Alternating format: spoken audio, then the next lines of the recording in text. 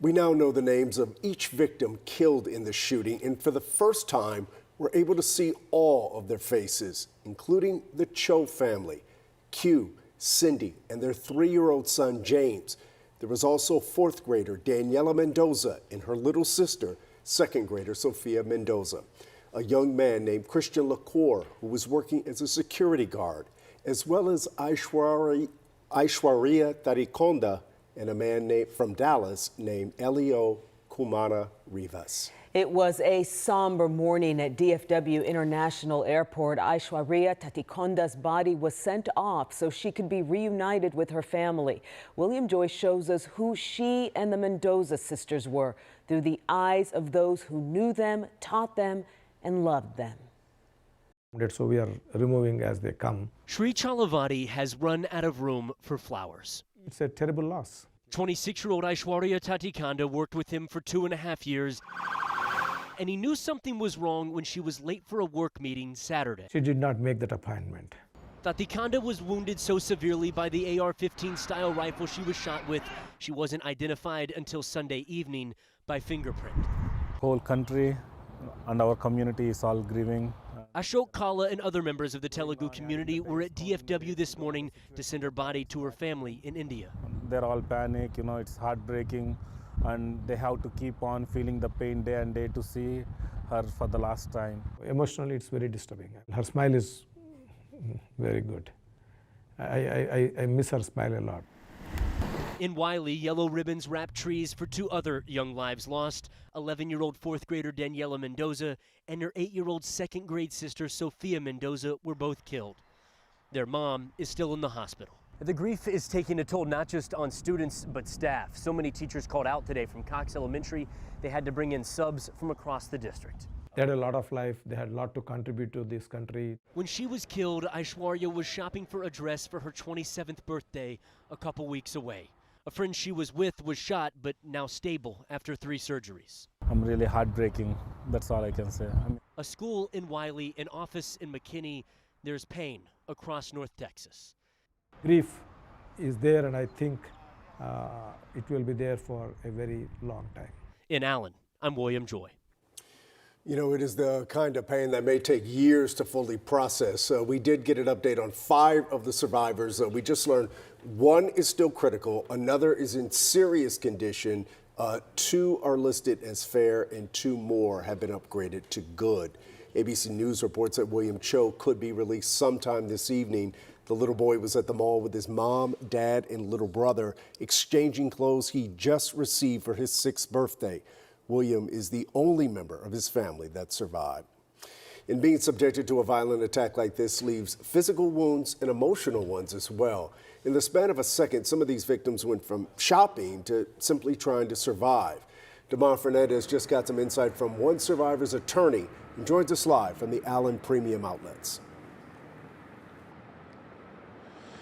Yeah, Chris, this memorial behind me remains busy with people stopping by to pay their respects. And as folks continue gathering, many of them are also thinking about some of those injured victims who still have a long road to recovery.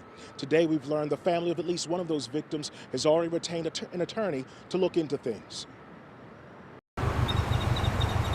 Days after the shooting massacre at Allen Premium Outlet Mall, crowds continue visiting a growing memorial to the 8 children and adults who were gunned down on Saturday.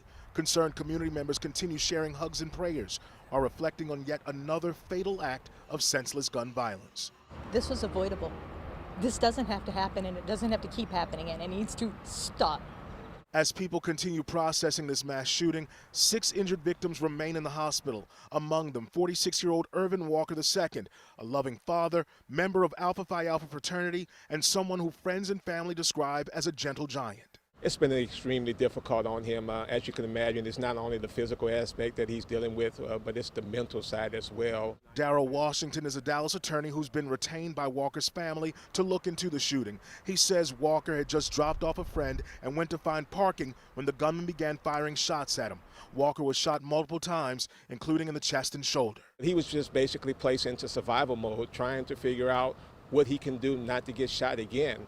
ran into the store and realized that that was probably not a good idea because he was going to bleed out. He really needed to get some help. We've learned Walker had surgery on Monday. Washington says doctors are evaluating his progress day by day. But the injuries aren't just physical. Like other victims at the outlet mall on Saturday, there's also mental trauma. The really tough part of it is one of the security guards that was killed, he was right next to him at the time that happened. While the shooting here remains fresh on people's minds, it's a tragedy that will have a lasting impact. Bottom line, it needs to stop. This was not inevitable. This is preventable. And again, back out here live at the Allen Premium Outlet Mall, there's been a steady flow of people visiting this memorial. Some of the neighbors told me that they are planning a community vigil at this memorial tomorrow. That'll happen at 7 o'clock. Here in Allen, I'm Damon Fernandez. You know, some of the images from Saturday will forever be ingrained in our minds, especially these families being quickly ushered out of the outlet, some with their hands up, simply unable to comprehend what had just taken place. And now as we learn a bit more about the victims and seeing the flowers, crosses, and handwritten tributes as they are added to the memorials. Well, it is hard to fully grasp all the emotions that come from a mass shooting, especially one that affects our own neighbors, close friends, and children. Yeah, so Cheryl Mercedes invited people to pull up a chair and simply speak their mind. 8 crosses, each bearing the name of someone taken too soon. One by one, mourners poured out their hearts. Some silently penned their sentiment on tributes posted in memory of the victims, each processing their grief in their own way. On this day, we didn't ask questions. We simply pulled out a couple of chairs, sat down, and listened. My name is Brandy, and I've lived here my whole life. I haven't been able to stop crying, and it's just to think of these little kids that will no longer get to live out their life, or the ones that do and don't get to have their parents anymore. It just breaks every piece of my heart apart. Okay, I'm Laura Cahoon from McKinney, Texas, and I just wonder why that man did this. There's just something about being here that's helping them heal. My name's Susanna Wiedemann. I live about 3 miles from here. Yesterday I slept a lot. I just took a day to just rest. I was depressed.